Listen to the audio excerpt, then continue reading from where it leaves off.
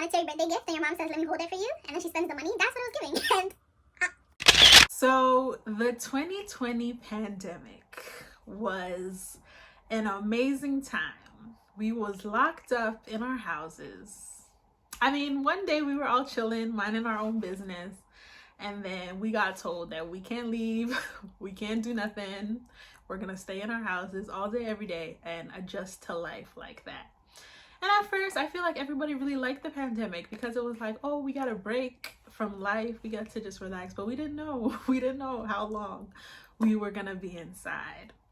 I think the 2020 pandemic kind of changed the lives of everybody. Every space, every area of your life was affected in some way by the pandemic. But obviously, we're talking about the church in this episode. And so, in 2020, I was employed by my church, and so I was working as a worker for the church.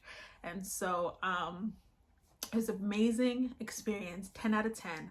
I got to see, obviously, the logistics behind the scenes of working in church. Like, it's I got to see all of those things, experience all those things. I bless God for that opportunity, and I bless the people God used for giving me that opportunity. And so it was an amazing experience. And so entering the pandemic was kind of twofold for me, because on one end, I was kind of navigating and going through all of the motions that the rest of the world and the rest of the body of Christ was going throughout the pandemic. But then on the other hand, I also got to see it from the viewpoint of being a part of the church and from working in church and having to brainstorm and having to adapt and change and accommodate this new style of church. So it was a bit twofold for me, because again, I'm going through what everybody else is going through in my personal life and my personal walk with God, in terms of having to do church online and in terms of being unchurched in a formal setting. But then also on the other hand, it's like I'm also behind the scenes being part of the team or being part of the laborers in the body of Christ that sort of had to adapt, change, and deal with what the pandemic brought. So it was very, very interesting in that sense, but it did not exempt me from what everybody in the body of Christ went through, which was a shaking, which was exposure, which was a revelation about our personal walks with God, about how much of our devotion to the Lord was found in routine, and how much of our commitment to walking with God was embedded simply in routine. And so it was very interesting in that sense. You know, like I said, I was going through the motions of both the exposure in my own life and realizing that, oh, the roots that I thought I had aren't as strong as I thought they were, as well as trying to be the church to people who were going through that in the time of that. So it was interesting in that sense. All that to say, I went through that experience, and probably midway through the year, I think midway through the year, I relocated. So I moved from the city that I was living in back to my hometown city. And so I kind of had to restart the process of being churched again. During 2020 in Canada, it was kind of like on and off. So at some point they would be like, oh, you're off lockdown, you can go to church. Then it'd be like, you're on lockdown, you're off, you're on, you're on, you're off, you're off, like that. So when I came back to my hometown, at first it was online church, the same thing, but then they opened up and then we were able to go to church. And so I had to kind of like shop around for a new church again, or for a church family again. So I kind of went through that process. I visited a few places, been to a few places, and was just looking for the right fit for me, obviously. Also, being a Christian influencer, I was hearing a lot of stories from people, getting a lot of DMs from people sharing their grievances about church, about their churches, what they were enduring, what they were going through. As well as 2020 was just a really confronting year.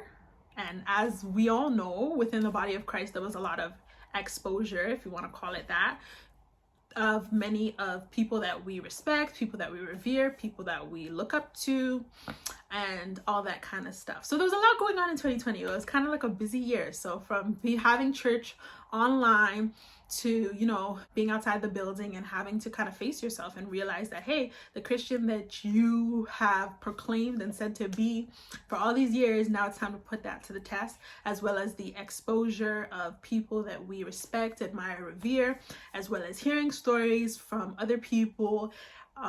Just all of that was going on for me at the same time, and I was just like, ugh. As well as me also looking for a new church, a church family, and visiting places and just not gelling. It was just kind of like, you know. So one of the things that God tasked me with in the year 2020 was to research and study the Church of the Bible, like the early church. And so I was going through that as all these other things was going on in my life. I was also studying the early church, doing like a really deep study. And I realized that a lot of the things we see in today's church were not really in the early church. And I realized that the early church is very different than the 2021 church. And obviously we have evolved, so it's not going to be exactly the same as the Bible, but there were some core things that the early church had that the 2021 church did not have. And so I was just like, church online is looking really lit. Like, because firstly, I'm in a new city, and what I noticed when I came back was that a lot of the people that I had gotten saved with, a lot of the people that I was like growing with in Christ, a lot of people that I had gone to church with before I had left were no longer like in the church, or they were just not like they were in the church, but it was just not the same way as it was for me or as it was when I left. I also was hearing stories from all of these people telling me that their church is this, their church is that, this is what's happening in this church. I'm looking for a new church, and then I'm asking you about the church and you're telling me that, oh, but this is what's happening, this is what's happening, this is what's happening. Firstly, we need to be teaching people how to sell their churches, because that's not how to get people to come to your church. But that was happening. Also, just being again an influencer, people are telling me their own personal experiences about church. And then also, like, what really broke my heart and really hurt me, which kind of, I guess, shows, it just kind of just reveals me, but was just the exposures and the different stuff that was happening, and people that I respected and admired and revered so much, just sort of like hearing and finding out and discovering that not everything that, then discovering that the standard that I was holding them at was not sort of the life, or discovering that the standard that I had held them at was maybe unreasonable, but also just finding out stuff about people that I respected, admired, and revered so much. So it was just a lot. And I kind of went through a place, I don't even know if we blaming the enemy or me or what, where I was kind of just like, so this Christianity thing, is not that serious? Or have I carried Jesus on my head too much? Because here we are day by day just trying to do the thing, and it's like everywhere you go, scatter. This place is doing this place is doing that, people are doing, and it was just like a lot. So I just kind of like, church online, that's what we're gonna do. I was kind of pretty much done with church, like completely. I was like, I'm just gonna keep to this church online thing. I'm gonna stay here. I'm gonna love God in my house. I'm not gonna do ministry. I'm not gonna do teaching. I'm not gonna do anything. I just love God in my house, because hey, why should I come and stress myself? First of all, the world is sweet. You don't have to go through all these problems. What you see is what you get. Nobody's gonna lie to you. Nobody's gonna deceive you. Nobody's gonna twist the word and make it seem like it is what it isn't. Nobody's gonna pretend to be one thing and then you find out that another thing. Is just what you see is what you get. So let me just love God in my house, read my Bible, obey his commandments, and live, because life is not that deep. That's kind of pretty much where I got to in 2020. And in that time, obviously the devil's gonna amplify everything. So I just started to like recount my experiences of church.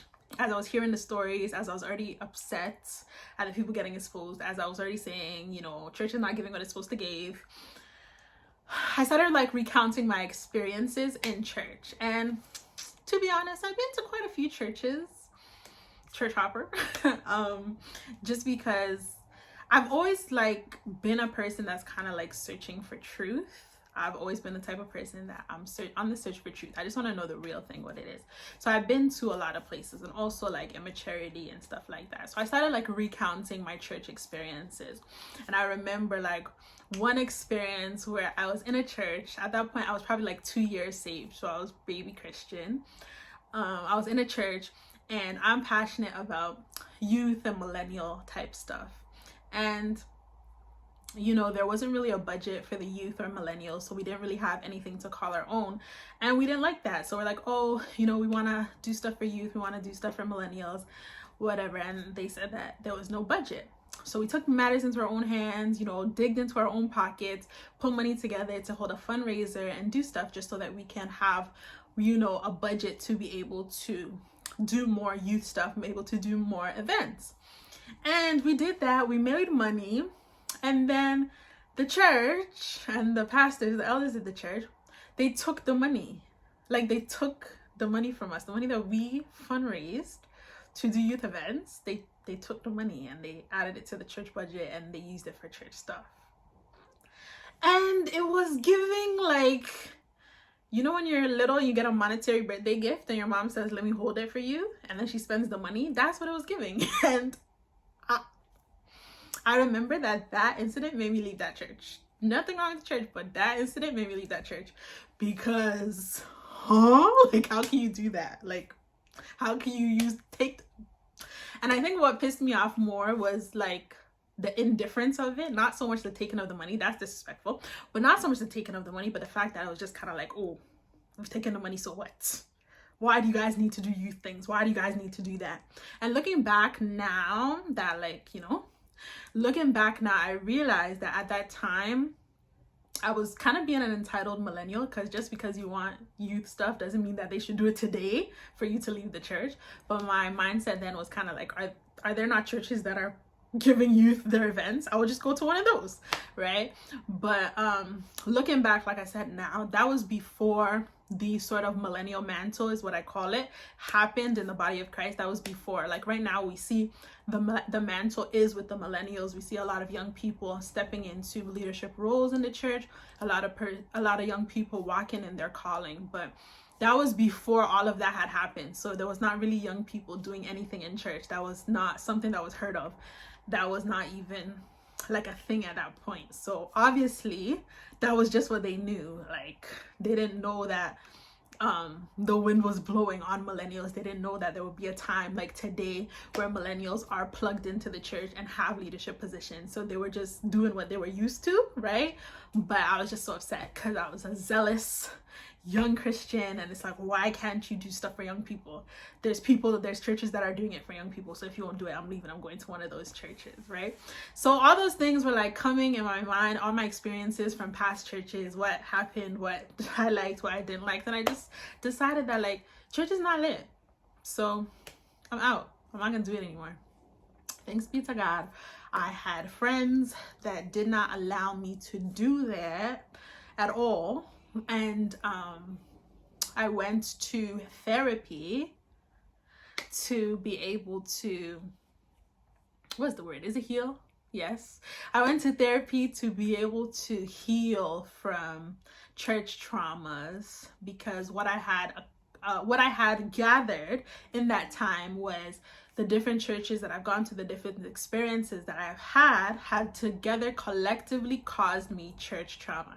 And it was exposed in the pandemic. It was exposed in that time when I was at home. It was exposed in that time when I was studying about the early church. I was realizing that I actually had a lot of church trauma that had just sort of been brushed under the rug, never been dealt with. And so I decided to go to therapy, because therapy is for trauma. And so I decided to go to therapy, work through that, and kind of heal from that, so that I'll be able to approach church once again. Actually, let me be honest, at that time there was no coming back to church, but I just didn't want to have a bitter hard heart because I really do love God. And so I just wanted to go to therapy, heal from that, figure out how to announce to the world that I'm not going to be a Christian influencer anymore. I'm not leaving the faith, but like leave me alone, delete my social media, and just live my life, right? But life did not work out that way because God is faithful. And that's pretty much the history of this conversation. So I needed to and wanted to start with that just so you guys could sort of understand where I'm coming from, where things are coming from, why I'm having this conversation, why I'm saying the things that I'm going to be saying, why it's important. And I know that a lot of people went through similar, if not the same thing during 2020. So many people have written me already based on some of the tweets that I posted. So many people have written me already just sharing with me that, you know, they're in a low place in faith and a low place in their walk. They're kind of unsure. And a lot of things that I've been realizing just in the past 2 years, like since the pandemic, it was kind of like almost a push for people to demand truth, seek truth, or walk away from what isn't truth. And even though that could be a blessing, it could also be very detrimental if they aren't being rechurched. Walking away, I don't see a problem with walking away from a church, but the goal is to be rechurched. The goal is not to have people that are just wandering or walking away from church completely. And so that's why I wanted to have this conversation. That's pretty much the history of where this is coming from. And I hope that as we move forward, you will understand and learn and be inspired by some of the things that I'm saying. So yeah, that's part one.